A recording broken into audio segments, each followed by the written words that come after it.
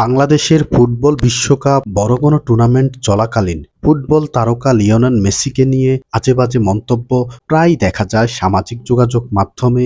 এ নিয়ে তুমুল উন্মাদনা তৈরি হয়।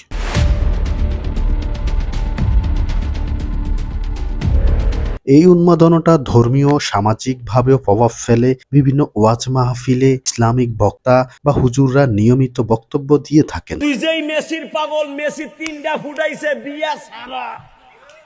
সেখানে তারা এক একজন মেসিকে নিয়ে বাজেভাবে মন্তব্য করেন। কেউ বলেন মেসি ছোটবেলায় চোখে দেখতেন না, কেউ আবার বলে মেসি বিয়ে ছাড়াই 3টি বাচ্চা জন্ম দিয়েছে।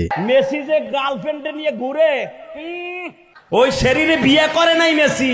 এমন সব নীতি নৈতিকতা নিয়ে প্রশ্ন তোলেন মেসির বিরুদ্ধে। অনেক সময়ে বক্তব্যগুলোতে খেলাধুলার অন্ধভক্তদের সচেতন করার চেয়েও মেসিকে ব্যক্তিগতভাবে আক্রমণ বা ব্যঙ্গ করার প্রবণতা বেশি দেখা যায়, যা ইন্টারনেটে দ্রুত ভাইরাল হয়। এবং বিভিন্ন মাহফিলে হুজুরদের মেসিকে খাটো এবং উচ্চতার শারীরিক গঠন নিয়ে অঙ্গভঙ্গি করে উপহাস করতে দেখা গেছে। তুই মেসির পাগল না? এ হারামি, তুই মেসির পাগল। এবং বিভিন্ন সময় মেসিকে হাসির পাত্র বানানোর চেষ্টা করেন বাংলাদেশের হুজুররা এবং আল্লাহর শত্রু এবং ধর্মীয় ফতোয়া দেয়া শুরু করেন। সামাজিক মাধ্যমে প্রায় সব ভুয়া খবর, উগ্র বক্তব্য ছাড়াও মেসিকে সরাসরি ধর্মীয় দৃষ্টিকোণ থেকে নেতিবাচকভাবে উপস্থাপন করা হয়। কোনো বক্তা তার ধর্মীয় বিশ্বাস পরিপন্থী হিসেবে অক্ষ দিয়ে থাকেন এবং ভক্তদের ঈমান নিয়ে প্রশ্ন তোলেন।